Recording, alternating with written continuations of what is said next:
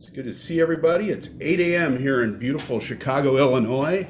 You might hear some rumbling in the background from time to time. That's the L train passing by right outside my window. I live a couple blocks north of Wrigley Field. And that rumbling you hear right now is the Red Line train taking everybody downtown to work. So you might occasionally hear a siren too. I live right by the Wrigleyville Fire Department, so they zip by from time to time. But we'll get started here in a minute. We still have some people who are logging in. We have a great turnout today, so excited about that. I'll make sure your chat window is open, and I will drop in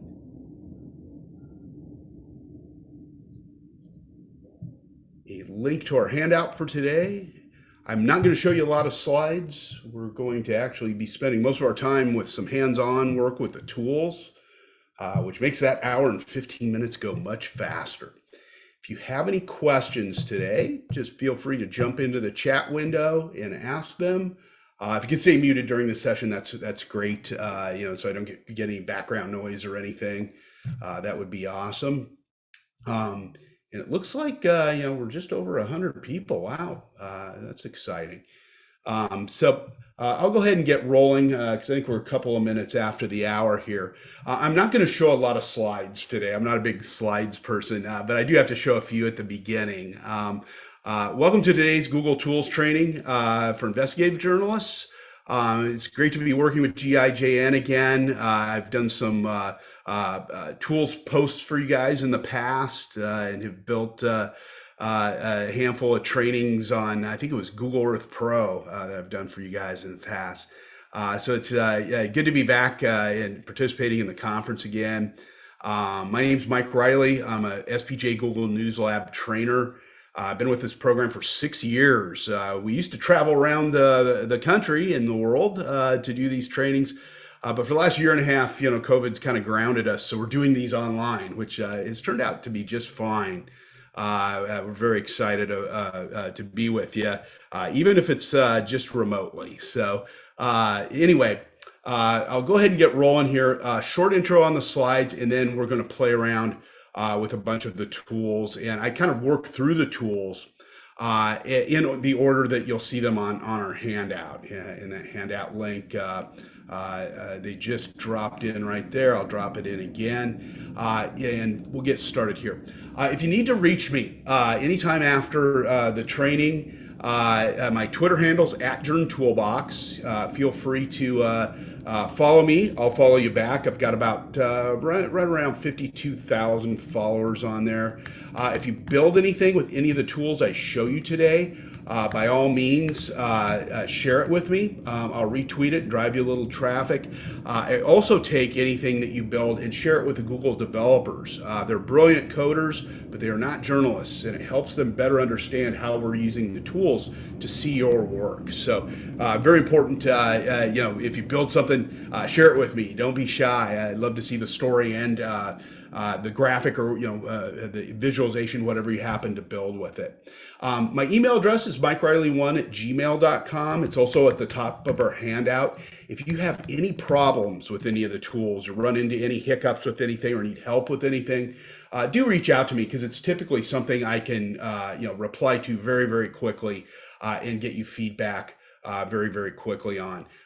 If not, I'll go and find the person at Google that can help us. So by all means, reach out to me, and don't be shy. I always welcome the questions. I teach journalism at the University of Illinois on their Chicago campus. Some of you may know Brant Houston.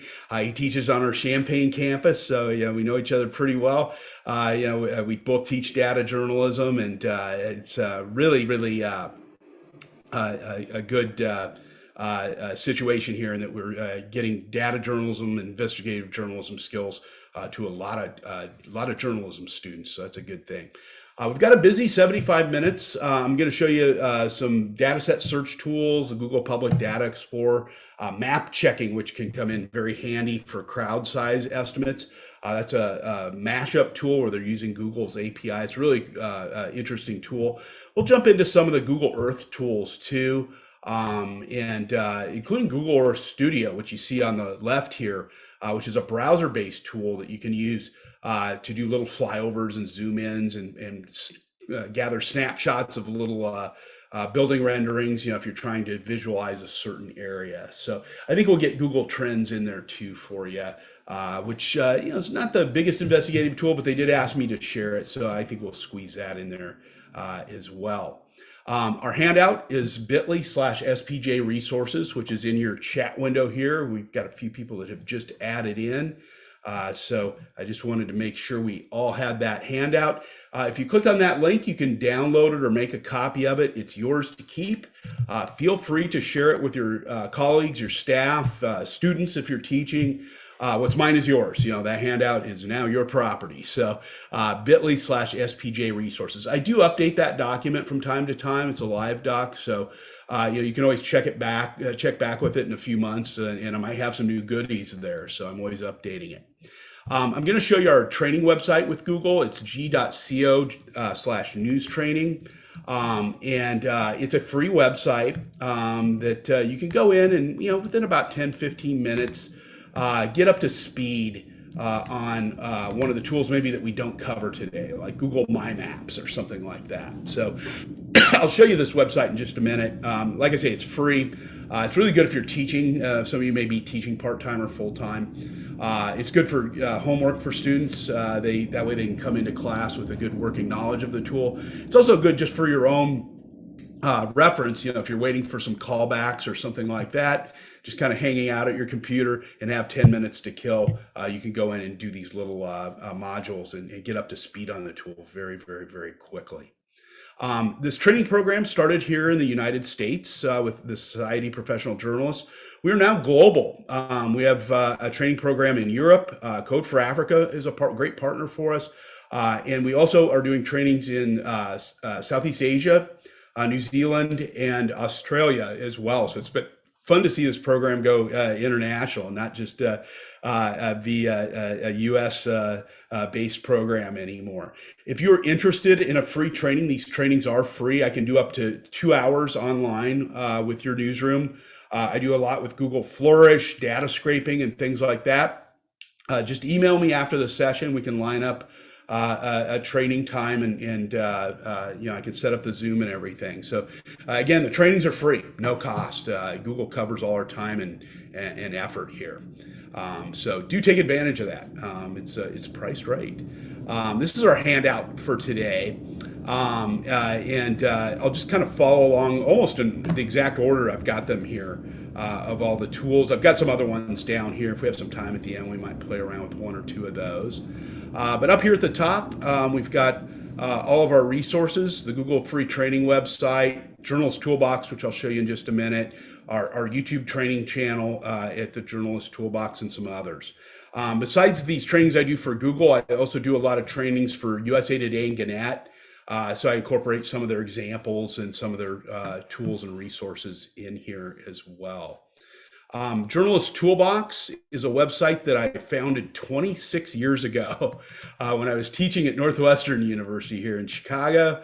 It is all things digital and data journalism. You can go into this, the site's free. You can go in and here's links for investigative journalism, and it's broken down by various subcategories. All kinds of different free resources here. There's some that are paid, some databases and things like that are paid. There's a public records section that's probably interesting for all of you as investigative journalists. I do think on a global scale with this, so it's not all just US based resources. There are a lot of international resources in here. We always have recent updates at the top, and then we just jump in to our different directories and tools here. A lot of good tools for data visualization, digital journalism, mobile journalism, if you're shooting with your phone a lot. Cybersecurity, I have a section on copy editing, fact checking, COVID-19. We've got more than 600 COVID-19 resources in there, all kinds of things, transcription tools. So you can open these up in pages and use them, bookmark them, share them. I update it daily, so it's yours to play with. I also keep a newsletter, Substack. It's free. It comes out every other Tuesday. I just posted one yesterday. If you want to subscribe, it's free. And again, it doesn't clog up your inbox, as it only comes out every other Tuesday. We also have training videos up here in the upper right-hand corner.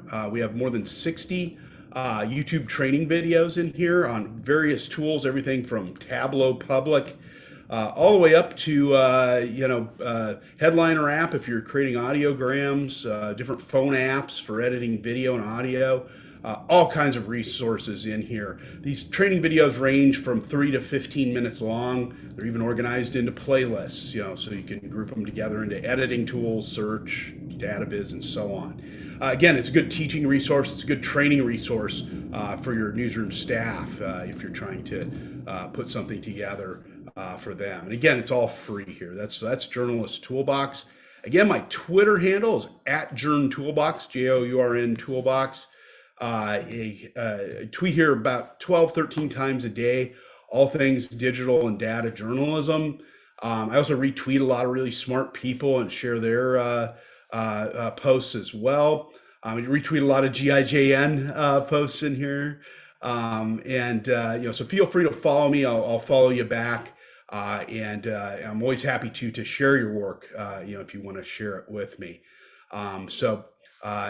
Please do take advantage of this. I don't share a lot of personal stuff here. It's mostly just journalism and business related stuff. Occasionally we'll complain about the Cubs bullpen or something like that. I'm a big baseball fan. I live by Wrigley Field. So the World Series ended last night. Yay. There's the Journalist Toolbox Twitter account. This is Google's training website, the free training website that I mentioned. There's 2 sections in here that you guys are probably interested in. The tools section, where you can go in if you just want to learn real quickly how to use a certain tool. You can go in here and open up one of these modules, and in about 10 minutes, get through the module. It shows little training videos and GIFs on how to use Google Maps. They also have courses in here where they're a little longer. They range anywhere from 15 to 2 hours, 50 minutes to 2 hours long. And you can go in and take these courses and become certified in Google data journalism tools or multimedia or security tools. You have to take a little quiz at the end of them. I was one of the crash test dummies for the quizzes, so they're pretty easy. If I can pass them, anybody can. So, it's a really nice thing, especially for students, young journalists that want to get this on their resume or their LinkedIn page. You can definitely go in here and take advantage of that. It's free, and you can just kind of work on it at your own time. Again, if you guys have any questions, feel free to jump into my chat window and ask them. I'll stop and I'll, if I'm going too fast and you want me to go over something again, I'm always happy to do so. Just let me know. Or if you have questions about how to use it practically or a suggestion, more than happy to do it. It's by no means a one-way street. I'm always happy to answer questions. There's a raised hand. If you can just jump into the chat and pose your question in there. I'm always more than happy to answer it there, Alina. Okay. So just jump into the chat window. All right. In the meantime, we'll get started on our tools. Best part here. Okay. I'll drop the tools into our chat window as we go, so you can open them up and play with it. And then we'll jump in and start playing with Dataset Search. All right. Question from Ed Sullivan. Is it easy to use these resources in countries like China and Russia? Are those restrictions on how Google uses these tools in any of these countries? Yeah, some countries do block, certain tools and things like that. But as far as, if you can access the tool in that country, then you should have the full use of that tool. So, there's no restrictions on Dataset Search in Russia or China. But the link itself could be blocked, especially with China. I know they do have a lot of tools, websites, things like that restricted. But once you're into it, it's a great question. Once you're into that tool, then they aren't able to restrict anything within it. That's outside of maybe Google search, it won't let you go to a certain journalism news page or something like that. But those are blocks on the websites themselves, not on the Google tool. But that's a good question from Ed. Also, many of these tools, Google Trends, things like that, Google Translate, it handles up to, I think it's either 96 or I think it's up to 104 different languages now. So, you can use various languages in these tools, and, you'll get results when you do the search. So important to know, since, we're talking about a global audience. This first tool I'm going to show you is one I use just about every day. It's Google Dataset Search. Google's done a lot of these kind of micro search sites like Fact Check Explorer that only searches fact checks. Dataset Search only searches for data sets. Google Scholar is a micro search site. It only searches case law in academic journals. So it only isolates a certain area of the web. So Dataset Search is really nice. So let's say I'm looking for mass shootings in the U.S. We'll do several searches here, but if I'm just looking for mass shootings in the U.S. and I type that in, even if I said mass shootings data, or even if I did file type in front of it and search for only data file types, I would still have to dig down in a Google search several pages just to find what I'm looking for. But if I type it into Dataset Search, it isolates only data sets. And the really great thing about this is it gives me information about that data set. So as I click on these tabs down the left, it found more than 100 data sets for me. As I click on these tabs down the left-hand side, and it varies by data set, it provides information about that data set, okay? Google doesn't fact check these data sets. That's still our job, due diligence as journalists to do so. But it provides information for us to decide, hey, do we even want to pursue this? Do we even want to go up to this button up here and download it? The blue button at the top always allows you to download it. It takes you off of Google and into Data World, and then you can download it up here, export this data set, okay? But it gives you this information about the data set that helps you kind of think through, oh, what's their methodology? Oh, this Stanford one is a really good data set. Stanford Libraries tracks mass shootings around the U.S. They actually track them around the world as well. It always tells you if it's got a Creative Commons license or if it's public record. It'll list it here and tell you that it's yours to use. There are some data sets that they charge for. Statista charges for their data sets. Okay, so again, it provides you information about that data set. You can filter it up here if you only want free data sets or only data sets that are available as a spreadsheet or as a document or as an image. You can start isolating it out. When was it last updated? The last month, the past year, the past 3 years. You start filtering that out. I always tell reporters, just get in the habit of going in here and typing in some keywords. If you have 5 minutes on a Friday afternoon, you're trying to kill some time, you can go in and just start typing in keywords of topics that you're covering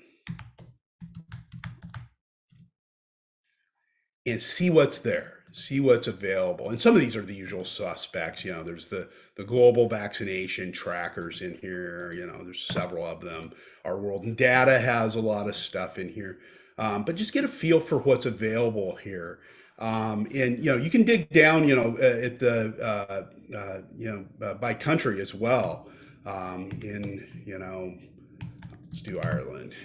Why not? And it'll give you kind of the broader ones, but as you scroll down, you'll start to find it by country as well. So good thing to do is just start putting these keywords in here off of your beat. How can we get our question in the chat? How can we get our data set listed on Google Dataset Search? Great question, Joshua, and a perfect segue into my next point. It's great because I require my students to do this in my advanced class, and that they have to put up one data set during the semester and have it listed in here. So if you go here to the home page and the Learn More button, they kind of hide it down here, Learn More, and scroll down, they explain everything about it. The developer page has all of the requirements. It's not too bad. It's not rocket science to do this. They explain it pretty well. Here's the parameters. You have to have it as a CSV table, a table or CSV file with data into it. It has some formatting stuff and some things that you've got to do in order to have it listed here. So it's just a little checklist of things you have to do, and they're pretty good about getting it up there. And typically within 2 to 4 days, it'll start showing up in the search window You have to be a little patient with it, but it'll eventually be listed there. So if you're generating your own data sets, which I hope you are, have them listed in here. It really helps people find them. It's one more place. There's more than 25 million data sets listed in this tool, which is a lot. But boy, if you start showing up higher in the search, if you follow this formatting, you can really drive some traffic to your data sets, which is a good goal. I'm glad that you guys are sharing data and thinking in these terms. How can I have my data set listed here? Next question from Cynthia in Cuba. We have very little access to information, and journalists are building our own databases. How can we make them appear in data set results? Yeah, that's a good place to go. The Dataplex. I'll check that site out. I love seeing your data sets and what you're doing with them. A lot of times too, I take them and show them to my students, and say, can you pull something out of here and try and find something that's useful in it. So it's always kind of a learning thing for them too. Are there any red flags to look for in Google Dataset Search? It is a good question too, Elizabeth. I get that one quite a bit.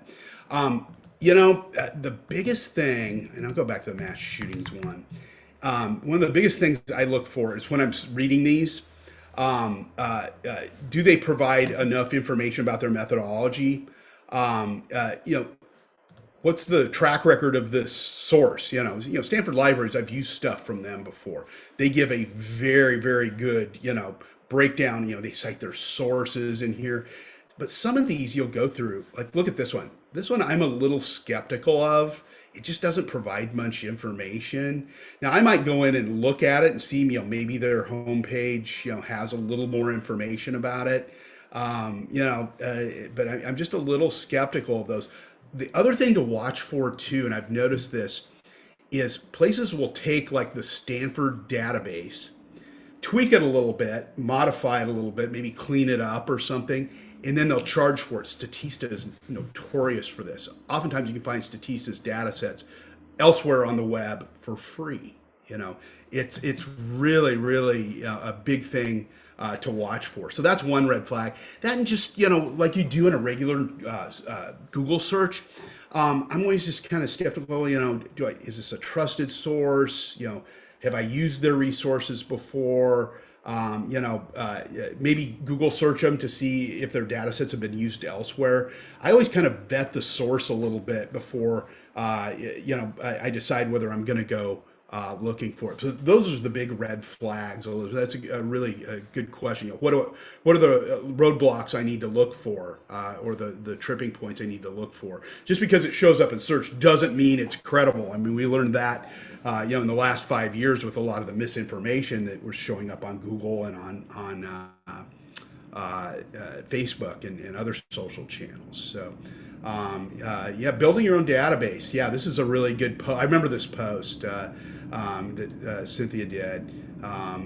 Tips for building your own databases for investigations. And this is really good. It's got some links to some tools in here. A lot of great examples too. Do take advantage of that. If you have your data set up, and I always believe in show your work, by all means, that is a very good roadmap for it. So Google Dataset Search, good tool. Be looking for more micro search sites. Google's working on a lot of this type of stuff, and I think it could be very helpful to us down the road. This next one's really helpful for breaking news stories. We used it in the U.S. here a lot during the George Floyd protests. We had a lot of protests here in Chicago, including some right outside my window. Because I live in Wrigleyville, we had a big sit-in and then a big march that went through our neighborhood. And map checking is a mashup tool that allows you to measure and estimate crowd sizes, outdoors.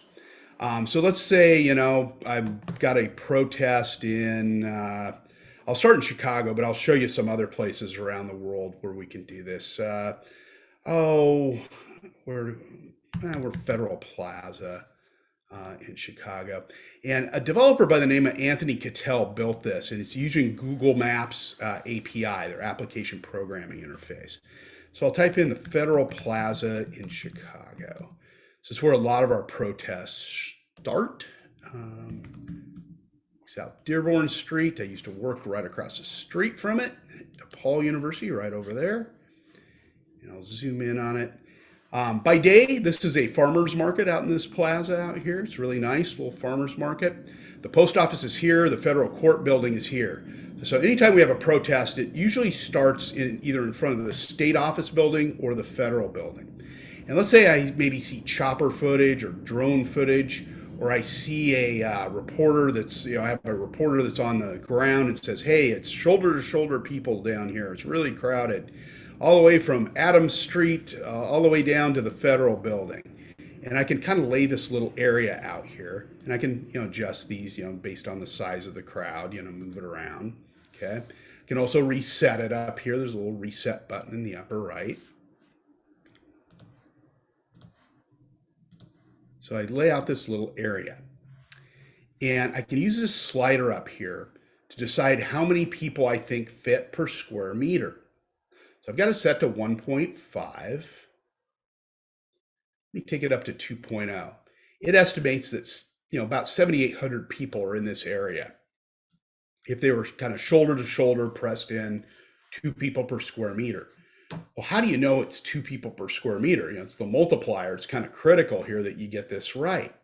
It's based on some science. There's a researcher by the name of Keith Still. If you click on this little link right above the slider, Keith Still provides a visual. He does crowd safety and risk analysis studies. He'd be a really good expert source on like social distancing, things like that. But he's done these little graphics that show a sparse crowd is 0.5 people per meter, 1 person per square meter, 1.5, 2. This was about the size of our protests in Chicago. We had a little bit of gapping between them, but pretty packed in. He goes all the way up to 6. This is like a outdoor concert crowd here. 6 people per square meter, just packed in. No social distancing there. So you can kind of use this as a guide to help visualize your crowd estimate multiplier. And I found this to be amazingly accurate. When you're covering an event, I've covered a lot of outdoor events, protests, things like that with my students before. We had the NATO summit here one year, and a lot of protests. We have the Women's March every year. Everyone gathers in Grant Park before they march down Michigan Avenue and State Street. You can paint this little area here and get a good estimate of that crowd, because in the past you always had to go to the maybe the security officials or the cops, the event organizers. They would always inflate the numbers. Inflated numbers. Here you can use this to fact check it and see if it's even close. And I've found that the numbers I'm given for crowd estimates are way off. There's a link at the top here, so whenever you paint your area, you can link off to it and show your readers how we came up with that estimate. The crowd densities, somebody had the question in the chat, the crowd densities right up here. It's a link right above the slider, and it takes you to Keith Still's page. It's links directly to it that shows you all of the estimates. The direct link to it's right here. But again, it links right out of the tool, which Cattell did a really nice job of working with Keith on this. So, so people know that it's not just some random number, that you came up with, is this accurate, absolutely crazy. So this tool, we were using this during the George Floyd protests in real time to kind of estimate our crowd sizes. There was a lot of drone and chopper footage that was showing how big the crowd was. If the crowd's moving around, it gets a little more challenging then. And we've had that, during a march. And then you have to kind of zoom out a little bit. I zoomed out too far. And let's say, the group is marching down Clark Street, and we see that they're going from Ida B. Wells Drive all the way down to Polk Street down here. And you can just kind of lay it out. And if they're moving, you can still kind of see the density of the crowd. And bingo, you've got it laid out. People are packed in pretty tight during their march. You got about 11,000 people that fit in this area. But again, with it flowing like that, people coming and going, if you had a photo for reference, it's very helpful. I've used reporters on the ground during the Floyd protests. I had students who were out covering it. So they would text me, saying, how crowded is it? And, what's the range? What's the area? And they would tell me, and we'd paint it in and get them a number. So we do the estimates and text the number back to the student. So photo, drone footage, live chopper footage. We had a lot of news choppers flying around Chicago. They were shooting down on some of the protest areas, and we were able to see the crowds form pretty quickly. But yeah, photos are always a great reference as well. So, if it's moving, that's a little more challenging. Also, the crowds sometimes will grow. And that's the nice thing about these little, keyframes here. You can stretch them out if the crowd size starts to grow a bit, and you can begin to expand that area. We usually sometimes too, like if a Chicago sports team ever wins a championship, they always do a big parade and everyone gathers in Grant Park and they have a big celebration. And those numbers are always inflated. When the Cubs won the World Series 5 years ago this week, they said 3 million people were down in Grant Park at that celebration. There was no way that area holds 3 million people. They were just inflating those numbers. So again, this is just kind of a little fact-checking tool. It came in very handy. I was doing a training on January 6th of this year when the insurrection broke. And I had it on my TV screen up in the upper left corner, and everybody was kind of buzzing about it in the chat window. And we're like, oh my God, So I said, hey, let's go in and do a crowd estimate. Let's see what we can get here. The U.S. Capitol building. And so we zoomed in on it. And there were a lot of people kind of packed in this area out here where the scaffolding was, where they had the area for the inauguration. So this was kind of the main area. And so I laid out a little area there, and I go, watching the video, and people were pretty packed in out there. So we had about 11,500 people, just under 12,000. We couldn't measure, inside the building because we couldn't see inside. But we also saw people up on the balcony, this little veranda up here too. So I hit the reset button and then painted a little lighter area up there. There were people that were actually scaling the side of the building to get up on this deck to break into the building. And so we took that one down to about 1.5. And that was another 1,300 people. So we had almost 1,300 people knocking at the door of the Capitol that day. Now, there were people milling around, outside, in kind of the peripheral areas that we didn't measure, but it just wasn't as, as dense in those areas. We were more interested in the estimate of the people that were really trying to get into the building, that were right on the steps and causing all kinds of mischief. So Emma's question, is there any way of adding in variable density, a rally which is more tightly packed around the center but sparse further back? Yeah, it's a good question, and I'll kind of just do a little one here. So you can do these in little groups, and kind of like what I just did here. So just paint out your dense, let's make this our dense area, and that's going to be 2 people per square meter. So that's a pretty dense area, Okay, so I've got 5,300. Hit reset. And then maybe I've got an area out here that's pretty sparse, but there's some people out here, and I'll take that down to, maybe a half a person per square meter. And then I just add the two together. You can't, if it's, different sections like that, you just kind of, now, there's another 600 out here in kind of this sparse area. That's how you kind of do it. You just break it into 2 different sections and hit the reset button in the upper right. And then we had to do that with the, Capitol because it was so crowded at ground level, but up on the balcony there was still a lot of people up there, about 1,100, 1,200 people up there, but it just wasn't as tightly packed, so that's why we broke it up. So yeah, rallies or marches, like they said earlier, if it's moving, and there's some sparse areas in the back. I even tried it this year for the Chicago Marathon because everybody packs into the little starting gates before they start their marathon run. So, as they lined everybody up, it was a good time to capture it. Because they always say, we've, got 38,000 runners. That's registered runners. About 25,000 actually showed up. So we had 13,000 no-shows in our marathon.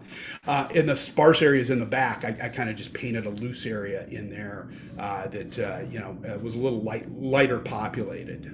So valuable tool. And I've done some trainings for journalists in Egypt, in the Republic of Georgia, that we picked some of their areas, where we have a lot of protests, and painted those areas in, and they were really surprised to find how many people would pack into those areas, especially if it was a very dense population. It's a good tool to have because.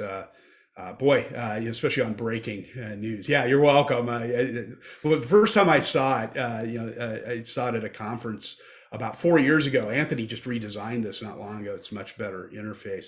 I saw this. I'm like, oh God, I wish I would have had this, 20 years ago when I first started as a reporter, because it's so valuable.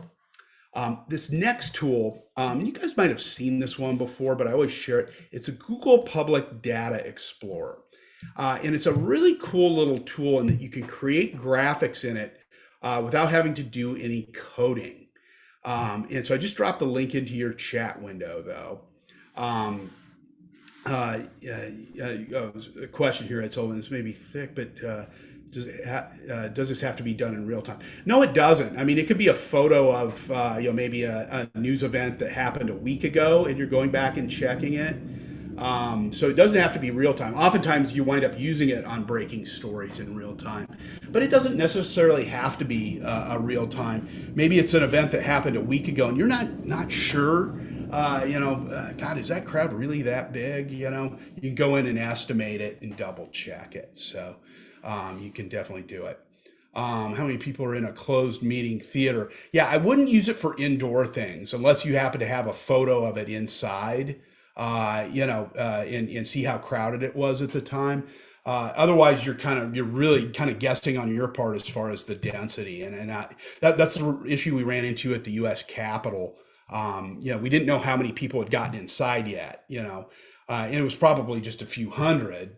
But we were hesitant to estimate. We were estimating what we could visually see. Visual confirmation is always the best. So that's the answers to those questions. So, Public Data Explorer. This links to data sets all over the world. Eurostat's in here. We have data sets from Iceland. As you scroll through here, there's the IMF is in here, the WTO. There's all kinds of data that's in here. And you can scroll through these little tabs at the bottom. It breaks down, tourism data on Eurostat. You can just keep going through here. You can also search for public data sets up here as well. It's got a lot of them that are just built in here, like, the census data and things like that. So you can click on them and open up the data sets. It links directly into the source. So it's not a spreadsheet that someone's edited and you're loading into the page. And you can choose your graphic will appear here on the right. I can click population. And we'll do some international ones too. I'll just start with this US one. Florida, California, and I'll throw in Illinois, Ohio, Texas. And this is just population data. This is just a little line chart of population data from 1900 to 2019. It doesn't quite have our fresh census data in here yet. They're still releasing it here in the US. This fall. They released the first batch in mid-August, and they'll be releasing it through the end of the year, probably into early 2022 as well. Easy to embed this, just a little link in the upper right-hand corner. It gives you a link and an embed code. So you can do an iframe embed code or link off to it and share it. Gives the source down here with a link to the data set. So it's, there's some transparency here. People can actually see the raw data. Which is good. You also can do other charts with this, scatter plot, bubble map, or this one's interesting, the animated bar chart. And it'll play right through and you can see how it changes over time. It's playing through the different years at the bottom. You can see these populations of the states go up. Okay. You skip around, there's death rates, and they have these by country too. There's all kinds of international data in here. And each one gives you a different link, so you can embed them. Or link to them, just share them, however you want to share them. Okay, so let's see what Eurostat has in here. Let's look at unemployment in Europe. Pick out the countries here, we'll do the unemployment rate. And, you see the peak there, this was, 2013, went down, then started to go up, interestingly, it cuts off at January 2020, right as the start of the pandemic. It's starting to just start to move up there. That's interesting. We can uncheck European Union. We can go through and start, selecting different countries. See what Italy was doing. Wow, a lot going on here. 16% in Ireland back in 2012. Wow, even higher back here in the 80s. 17% unemployment. You see the dips and the ebbs and flows here. This is Finland in 1993. Really interesting stuff. You can break this down by gender, age group. They even have some seasonality adjustments on this. They do have a few non-EU countries in here as well. Iceland's in there, Switzerland, Turkey. A lot of financial data, employment data in here. Oops. They got a little error here. They must have moved somebody must have moved the data set.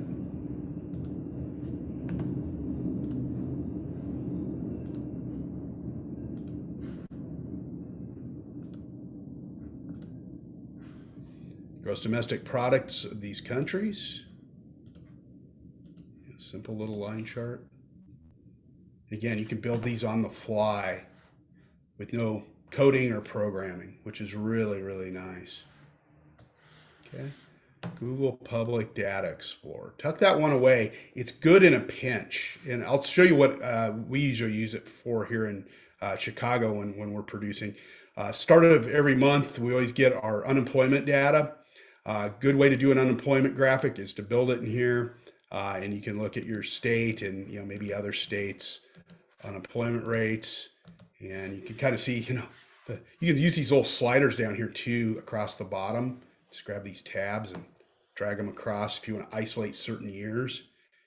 And here's the end of 2020, start of the pandemic, and just really, really scary numbers. Look at Nevada. This is Nevada, Las Vegas, Reno, almost 30% unemployment at the start of the pandemic. And, since dropped a bit. Okay. So that's a good use of this on Deadline, is to find unemployment data for your country or for your city, your province. It'll break down all the way down to a local level, and you can build those visualizations relatively quickly. Okay. Let's do this next one, Google Earth Engine Timelapse.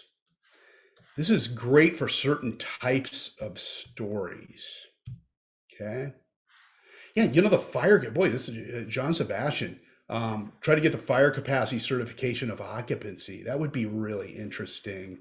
Yeah, and they are recording this session, by the way, Sunday. They do record it. Also, if you look on my handout, I also put little training videos in here. So if you miss anything, you can always go back and get caught up on any of the tools.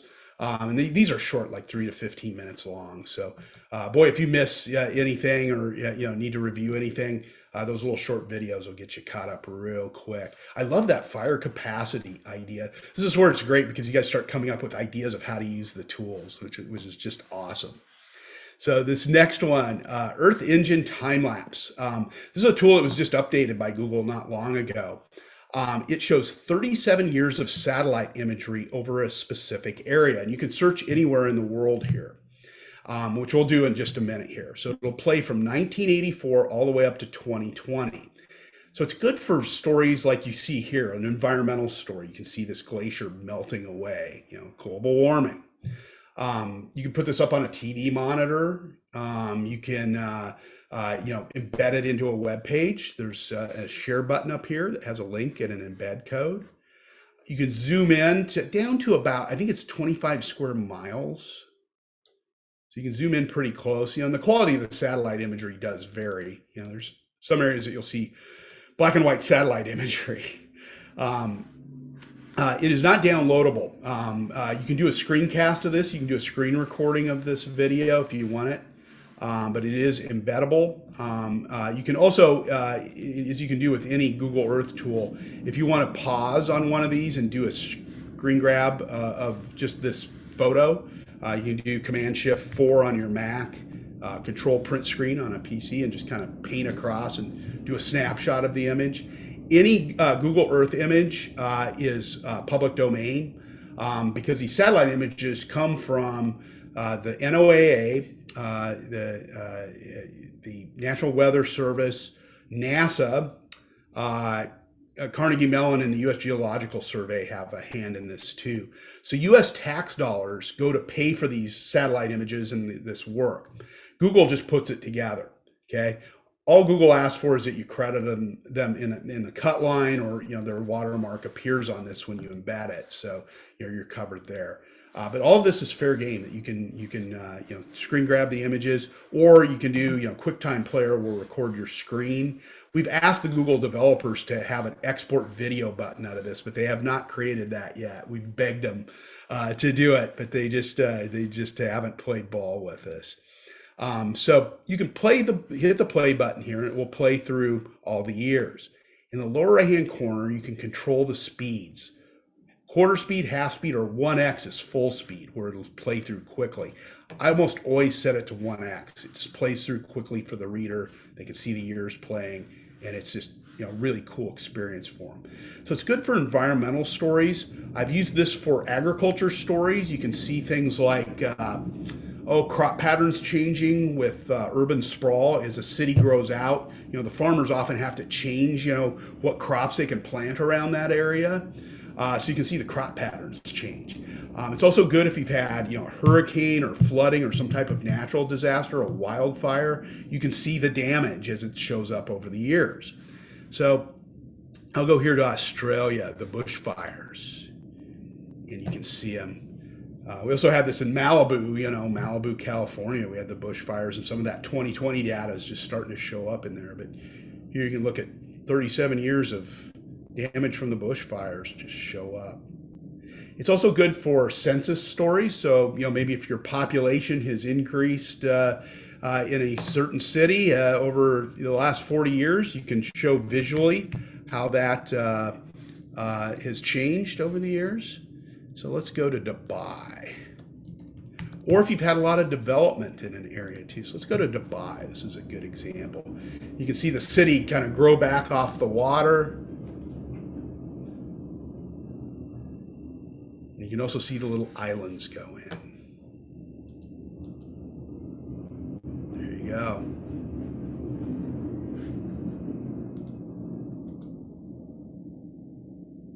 A lot of development. You can zoom in too. I do this sometimes with the universities. You can see the development around a university or around a specific area. What happens if a factory goes in somewhere. Hong Kong International Airport's a good example too, where they built it on that landfill on that little island. Used to be you used to have to fly in over downtown, but now they've got it out here. Kind of cool to watch it go in. Boom. And two, there's I mentioned natural disasters. Got a hurricane, tornado, flooding. Anything that has damage in it. I'll put an area in here that shows some flooding. This is not far from where I grew up in the heartland of the U.S., Nebraska City, Nebraska. It's right on the banks of the Missouri River. It connects Iowa, Nebraska, and Missouri. And in 2019, they had terrible, terrible, terrible flooding. So you can see in 2019, as I zoom in here, the banks of the Missouri River flooded. It flooded out Highway 2 here. It also flooded parts of Interstate 29 down here. This cut off a lot of traffic for trucking. It also cut down some rail lines as well, and really messed up shipping. You can even see this road's washed out here. It took them a long time to clear these roads. But if you look in 2020, that's what the Missouri River typically looks like. 2018, it was extremely low. It was almost dry. We had a very dry year that year. We had a lot of rain and snow up in Minnesota, and it just poured down, just flooded this area. So you can use this to show, damage from wildfires, flooding, and growth to cities.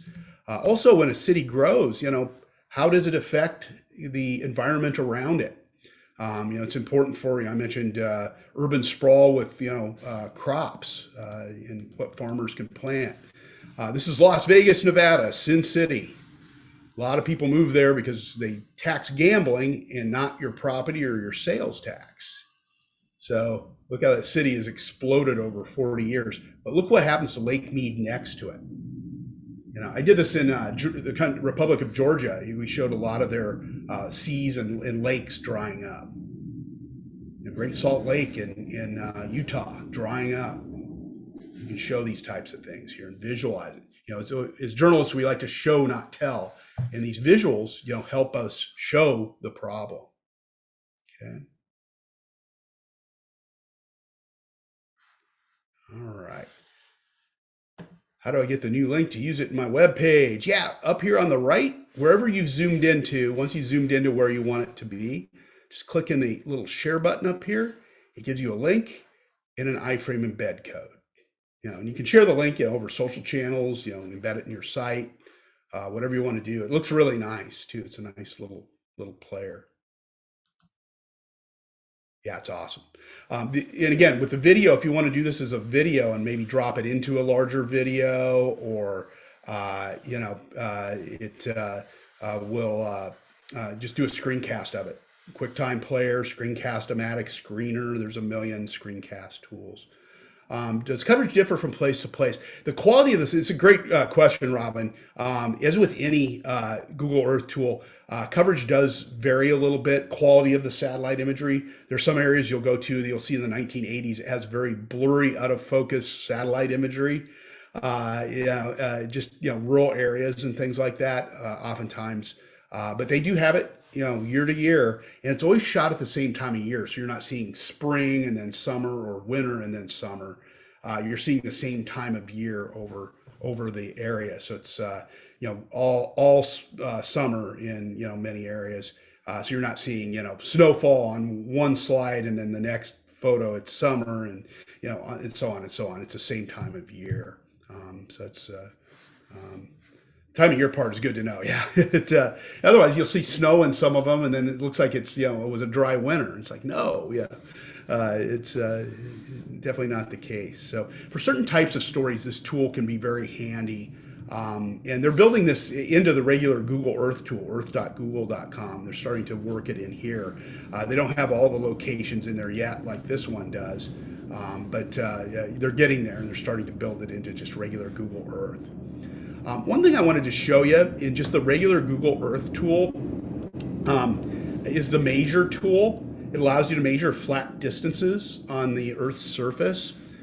So I'm going to go in here and I'm going to do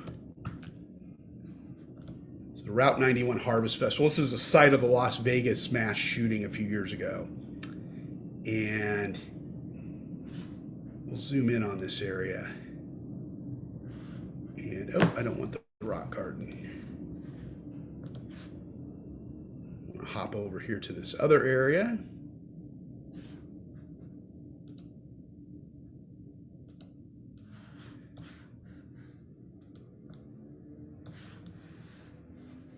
I had to zoom in. It wasn't taking me where I wanted it to go. Okay, this is Mandalay Bay Hotel. The gunman was on the 32nd floor. Here's the concert area. The stage was right here. If I wanted to know the distance from the base of this hotel to the staging area or to the back of the staging area, which is important to know, with the range of his guns, you want to know this distance, I can click the measure tool. It won't measure angles, but it will measure flat distance. And I know that it's 318 meters. I can adjust that to yards, miles, feet, inches, nautical miles if it's over water. So that stage was about 350 yards from the base of the hotel. The furthest area back from the gunman, where the crowd was right through here. 300 or 550 yards roughly to this corner. So, important to know, if you know the range of his guns, you'll know, and he had long guns, so he could, shoot hundreds of yards. You would know if everybody's within the range of the rifle. It's also good for police chases, or, you've had a high speed chase through your city or something. You can measure the distance. They chased him on foot this far, and, they chased him by car this far. So, again, you can draw these little lines on here. And again, you can do a screen grab of these. And, if you want to show, the route too, this is a good way to show the route just for a quick and dirty graphic for a breaking news story. Okay. Can I get a specific data or image form from Google about air pollution, water pollution, and destruction of forest land? Yes, there are Google environmental tools, and they track some of that stuff. Google Forest Watch is one of them. It's on our handout. Google Forest Watch tutorials. There's a video on, this is on your handout. It's under training videos. Google Forest Watch tutorials. So I'll open up that link. And I'll put it in your chat window. It's kind of buried on your handout. And I think it has an air pollution one too. I've only done a couple of environmental trainings. Yeah, Global Forest Watch. There's a bunch of them under environmental reporting here. To help you out, I'll actually move these up on your handout. And for temporary purposes, I'll drop them right here under your section, session one. The Surface Water Explorer, the sustainability one has some air pollution stuff in it. I think this Environmental Insights one has it too. But Forest Watch has a lot of what you're looking for in the Earth tools. Your Plan, Your Planet is on water use. That's a good one. It's got a lot of data in it. Country by country too. So could be helpful for you. All right. We've got about 20 minutes left. This is a link to Google Earth versions. There's a version of Google Earth that's called Google Earth Pro. Okay, Google Earth Pro. You can access it off this link that I just dropped into your chat window. The doc with the links, which I shared quite a bit at the beginning. The handout is right here.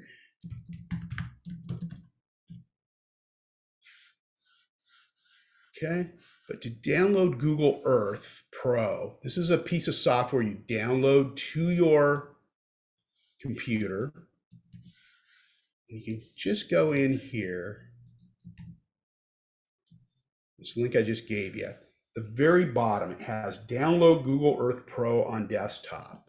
Now, if you're using a newsroom computer, you might have to talk to your IT people to handle this. They may not want you downloading stuff off the web, so they'll have to clear it. But if you download Google Earth Pro on your desktop, it works like Google Earth, only it has many more tools in it that are quite helpful. Once you download it, it gives you a little Google Earth Pro icon. I'm kind of hovering over it here on the left side of my screen here. And I'll click on Earth Pro, and this interface will pop up. It looks like the Google Earth Pro in your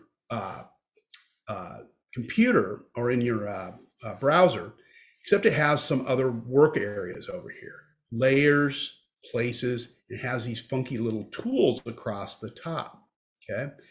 Gives you your gimbal up here, so you can, spin the globe around if you want to. There you go. You can zoom in using the zoom tool. It gives the watermark for Google Earth in the lower right, and then also the sources it pulls from for these images in here. Again, this is all public record, all free to use. I always turn on two layers over here, 3D buildings and terrain, so I can see the buildings as they pop up here. So let's say I want to do a little zoom in video on the Eiffel Tower. Beautiful shot. So I can type in Eiffel Tower up here in the search bar, Eiffel Tower. and hit this little record button up here for recording video. If you hover over the tools, it'll allow you to record. It'll give me a little player down here in the lower left corner. I can hit a record button, and I can also record a voiceover over it. If you have a good microphone plugged into your computer, you can hit that microphone and record a voiceover as it zooms in. A lot of news programs use this. A lot of National Geographic documentaries are done using this tool. I've seen this tool a lot on the BBC. ABC World News Tonight uses it as they're zooming in on their top story tonight, and they'll zoom in on Orlando, Florida, or wherever they're going to. So I'll hit the record button here. The ticker will start. I'll hit my search button.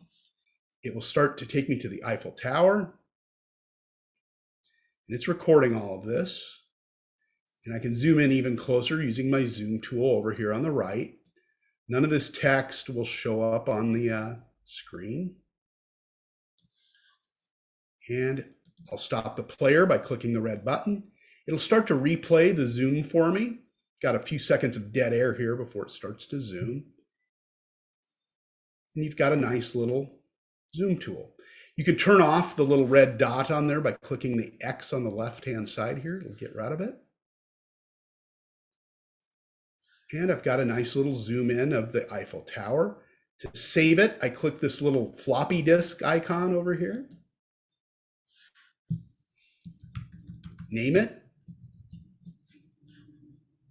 And then always turn off my player down here in the lower left. Hit the X.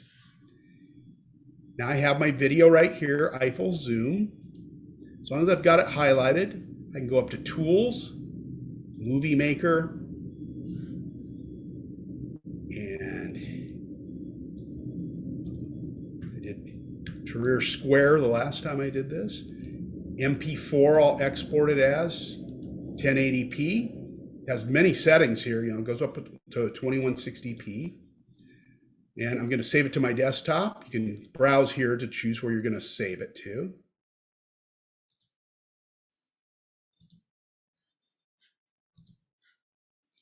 And hit Create Movie. As you're exporting your video, okay, don't do anything else on the computer. Just get up, go have some coffee, hang out for a little while, just chill. This is eating up a lot of memory on your computer.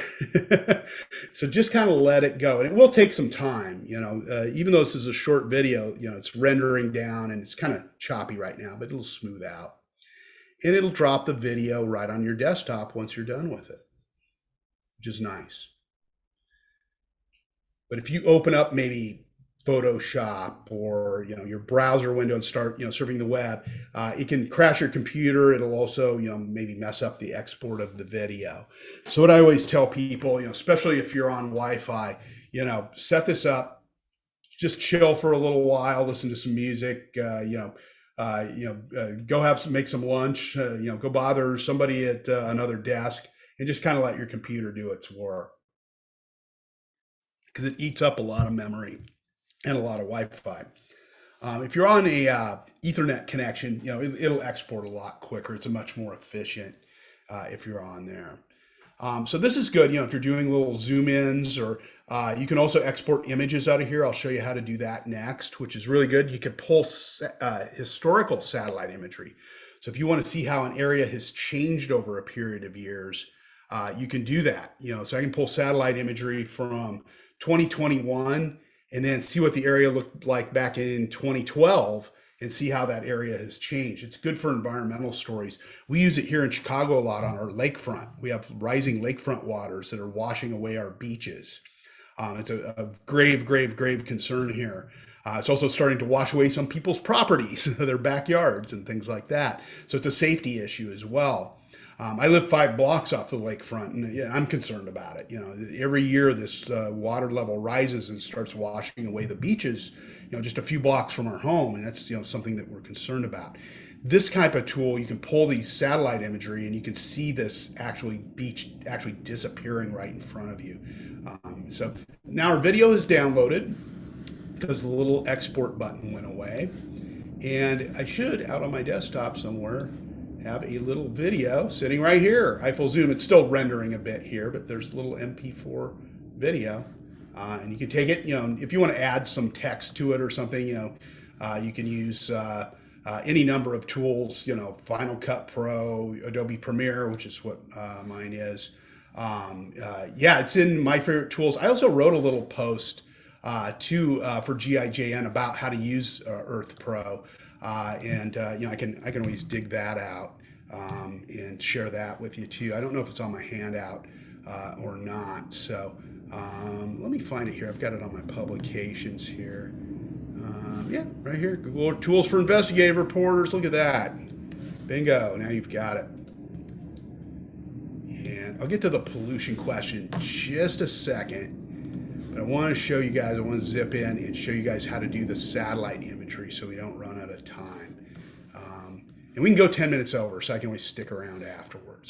So historical imagery. If I wanted to show Belmont Harbor Dog Beach. We have a beach that's just about a mile from my house. And it's a dog beach. So you take your dog down there and throw a frisbee out in the water. He'll swim out and get the frisbee and bring it back to you. This is Belmont Harbor. If you ever drive down Lakeshore Drive in Chicago, this is Lakeshore Drive right here. There's Belmont Harbor. This is where you can take your doggy and let him run wild. This is what Belmont Harbor Dog Beach looks like in 2021. If I want to download this image, I can zip out here a little bit and hit Save Image right up here. It drops these ugly graphics on. You can turn them off up here. Google's got bad graphics on their image saving. And I can save this as Belmont 2021. Hit save to my desktop. Now I've saved this image out on my desktop. It's right here. Let's say I want to go back in time and see what Belmont Harbor Dog Beach used to look like. There's a little button up here. It's a clock with an arrow turned backwards. Okay, historical satellite imagery. I can go back in time and look at it in 2013. Look how much bigger the dog beach was. 2008, it washed away a little bit too. Get some clouds in this one. It's kind of cool. Some of these go all the way back to 85. Oh, that's bad satellite image though. 99. Yeah, black and white satellite imagery. Wow, wild. So now if I want 2013, it says right here for 2013.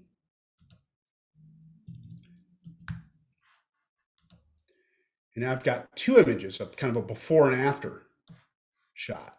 So right out here, got 2013, and there's 2021. Big difference.